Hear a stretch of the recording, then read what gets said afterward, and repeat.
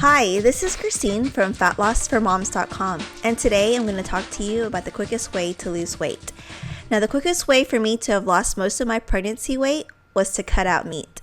Now, I know what you're thinking, cutting out meat, that's a crazy idea. There's no way I can be a vegetarian, but just hear me out.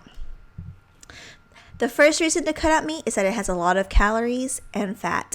When you go to the store and buy a pound of lean ground meat, that meat has 798 calories, 408 calories are from fat.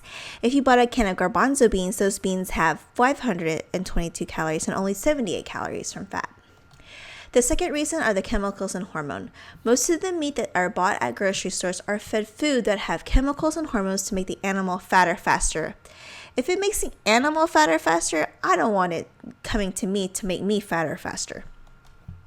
The third reason is overconsumption.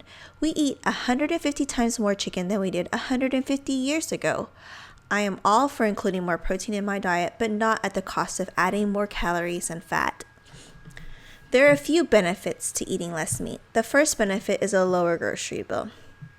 Typically, when you buy a pound of meat at the meat counter, it's about $8. You could substitute that pound of meat for a can of beans as your protein for only $1.50, a can of organic beans. The second benefit is that it helps the environment. A lot of resources are used to raise meat. The food they eat, the water they drink, and the water that's used to wash them, it causes air and water pollution, soil erosion, and global warming. According to PETA.org, if every American skipped one meal of chicken in favor of a vegetarian meal, that would be the equivalent of taking 500,000 cars off the road, saving the carbon dioxide emission gases.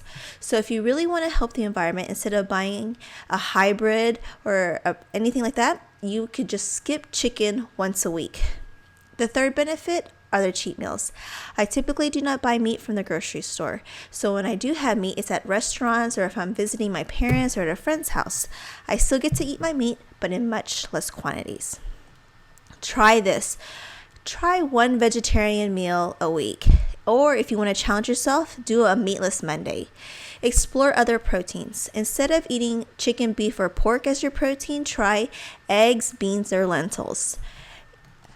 If you would like more fat loss tips, be sure to visit FatLossForMoms.com and subscribe to our newsletter.